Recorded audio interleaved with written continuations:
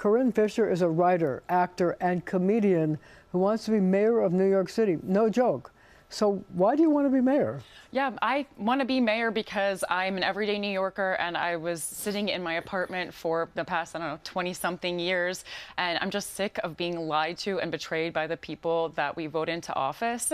And I think people, specifically at this point in time, because of people like AOC, and even I got to give Donald Trump credit, are thirsty for somebody new, somebody who's going to speak to them transparently, not use jargon that we only hear in the New York Times, and make a commitment to fight for them every single day. And that's something that I feel really confident that I can do. Well, you have a lot of interesting ideas. Thanks. One of which is that you think that there should be regular mental health checks for police officers. Tell me about that. Yeah, absolutely. I think one of the keys to safety in New York City is healing the wound that obviously exists between the NYPD and the people of New York.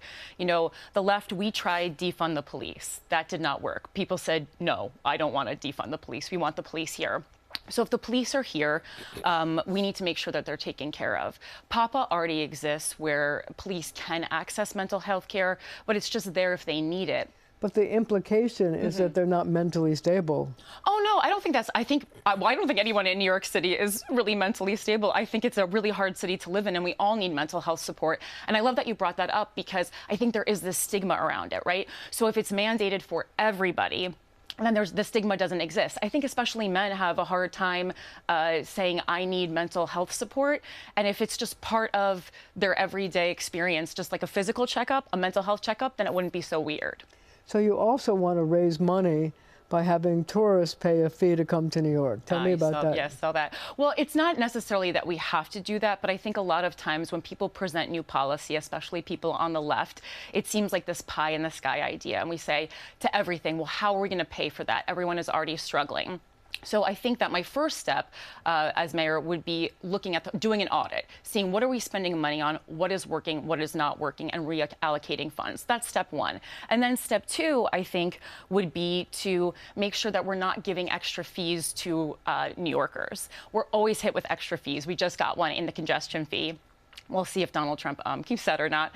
But I think to give tourists the fee is the right direction. No one's going to stop coming to New York City. How much would you charge them? I'm talking like $5 extra when you check into a hotel, something that you don't notice. Las Vegas is a city that already does this. It's known for its destination fees. And I think like New York City is one of the only cities that can claim it's as unique and magical as Las Vegas. And so people aren't going to stop coming to New York City the way they might stop visiting other cities. So I think it's something that works out for everybody. So what would you use that money for? Any services that need it. We talk about affordable housing we need so desperately, getting mental health support for people who are experiencing a mental health crisis on the street. Really anything that we want to allocate it to, we can. So you also want to give tax breaks to people who would volunteer to work in nonprofit organizations. Absolutely. That's my signature program. I'm really excited about that. I've spent how much of a break would you give them? I don't want to spit out numbers, but I mean, I think it would depend on the number of hours that they spend volunteering, and how it's how it's helping the city, right? So everything I have that is a tax break or some kind of an incentive, I also have a way that it helps the city. So volunteering is going to help the city in general. We're like getting free workers basically, or discounted workers. I don't want to say it that way because it sounds like it's unethical. But nonprofits do a lot of important things in the city. They deal with seniors. Yeah. They deal with Meals on Wheels. They do all kinds of things. Yeah. And there's also education programs. Yeah, and I think it's also a way for New Yorkers to feel more involved in their community. When you get out and volunteer, you feel better about yourself. So it's kind of an additional mental health care system for the city. You're contributing, and it's something that you can do with your family. A lot of people spend too much time outside of the home where they're away from their family because they have to raise money or make money. And this is something that you can do with your family together. So what would you do about teachers and fixing education? I'm very passionate about the public school system. I'm the daughter of a public school teacher. I myself attended public school, albeit in New Jersey, which please don't use that against me. I moved to New York City when I was 17. But coming from New Jersey is actually a secret weapon that I have, because people like to crap on New Jersey a lot. We have one of the top public school systems in the country. And so I know what an amazing public school system. So how do you fix New York City public schools? Absolutely. I think the number one thing I want to do that's fast is paying teachers more to work in underperforming schools. So right now, all the teachers are kind of getting paid the same. Why would a teacher opt to do a much more difficult job for the same amount of pay? It doesn't make sense. Well, how much do you want to raise it? Again, I don't want to give out exact numbers because I feel like then I'm going to be held to them. I think it's looking at the budget, looking at what we have, and looking at the test scores in these individual schools. How big of a burden is this going to be on the individual teacher? A lot of teachers don't even make enough money to live in the same place that they teach, which is then just making their commute longer.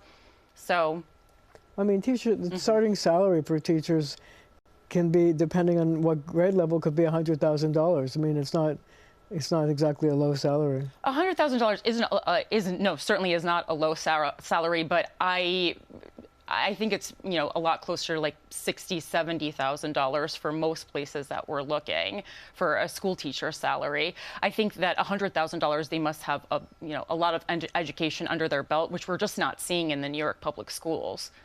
So how would you stand up to Donald Trump, who's been running roughshod over the budgets of people in New York? I mean, I think you stand up to Donald Trump by, I haven't committed any crimes yet that I need his help on. So I think that's one of the main things. A lot of people talk about, Eric Adams or certainly Andrew Cuomo being, a better fit for mayor because he's stronger and tougher. In one of the first public interviews Andrew Cuomo did after he announced that he was running for mayor, his response to Donald Trump, who he was supposed to be the guy standing up to him, he was like, he's a New Yorker. We'll give him a chance. I think he has some good ideas. So you wouldn't give him a chance? I mean, I think we've given Donald Trump a lot of chances. I think, his second term is far worse than his first already. I don't think we have to give him any more chances. I was actually a Democrat who was willing to give him a chance the first time he was elected. His chances are up now. But you would have, we only have about 15 seconds left, Sure. So you would be tough on him? Yeah, absolutely. I mean, I don't have any friends in politics, so I don't need to start making them now with Donald Trump. All right, we're going to have to leave it right there for now, but we'll be right back.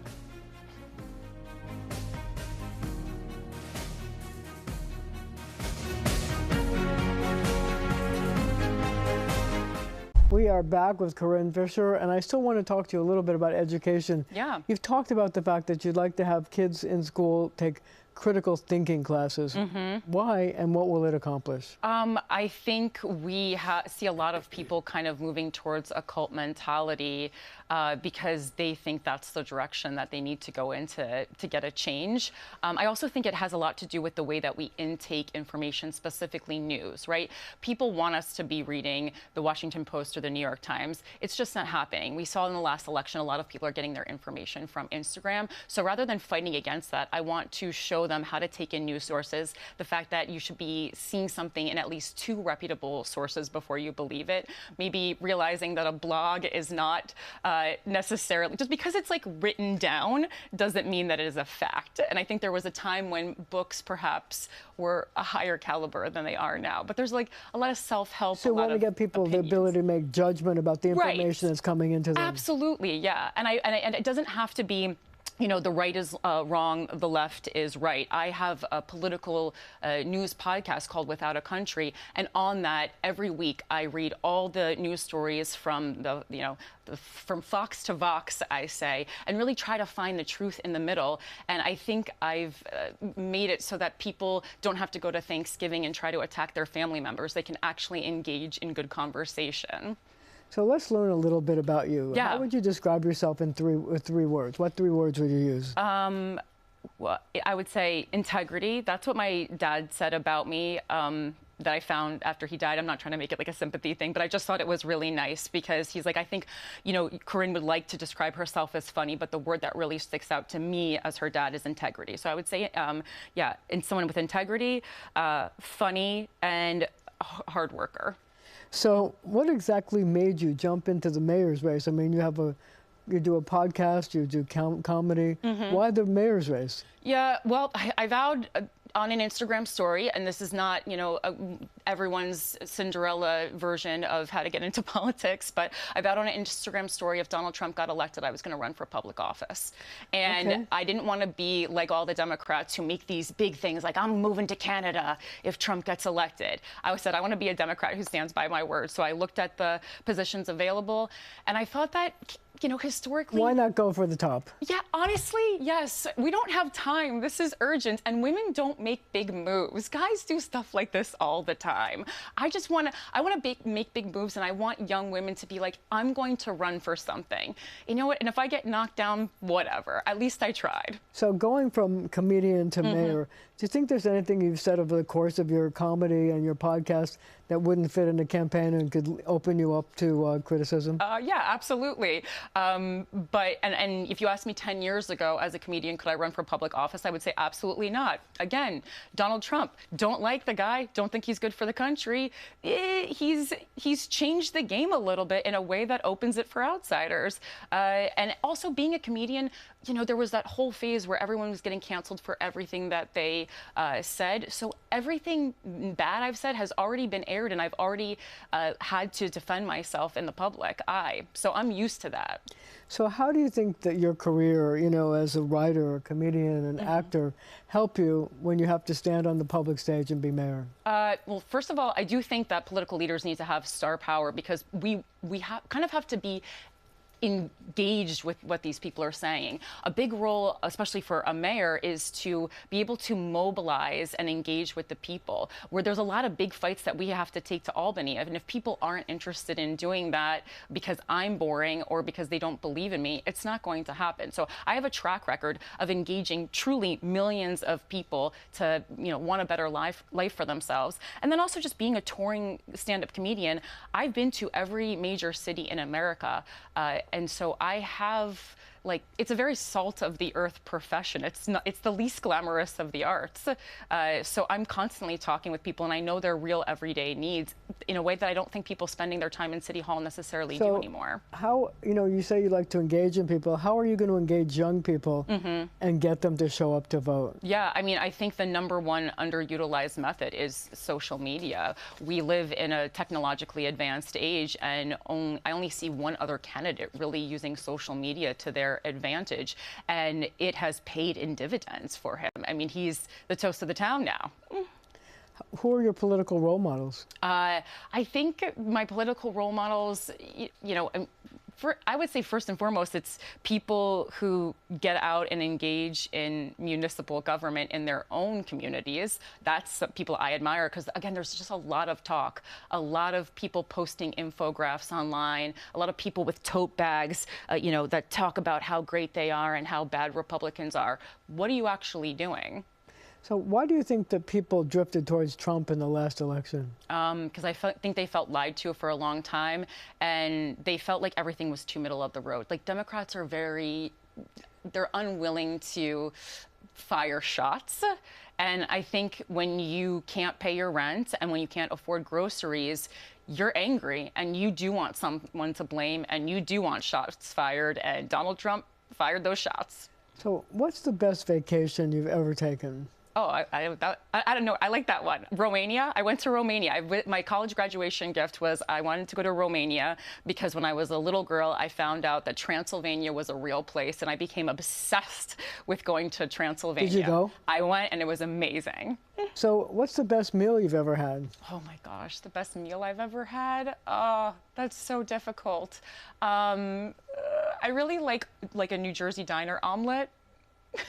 Okay, all right. The best meal I've ever had, though, I'm sure it was in New York City. So if you could have a superpower, what would it be? Oh, this is hard. I kind of want to know anytime someone's lying to me, but I feel like my heart would be constantly broken. Wouldn't want that to happen. So last question, what's your best idea for making the lives of New York City residents better? My best idea? I mean, I think it is my signature program about tax breaks for volunteering. I think healing a community really starts in giving back to that community. You know, we have these, you know, kind of manly, tough ideas about, like, let's just get as many cops on the street as we possibly can. But when you look at the statistics, when you actually put money and time back into communities, violent crimes drop. And when people feel cared for, they don't need to steal. They don't need to attack people. They're not angry. And so that's what I want to really want to do. I want to get people involved in their community. And again, like I said, it's reciprocal. Money is coming at, you know, is it going in their pockets? But we're also getting all this discounted work for the community that we live in. Corinne Fisher, thank you very much for joining me. And thank you at home for joining me as well.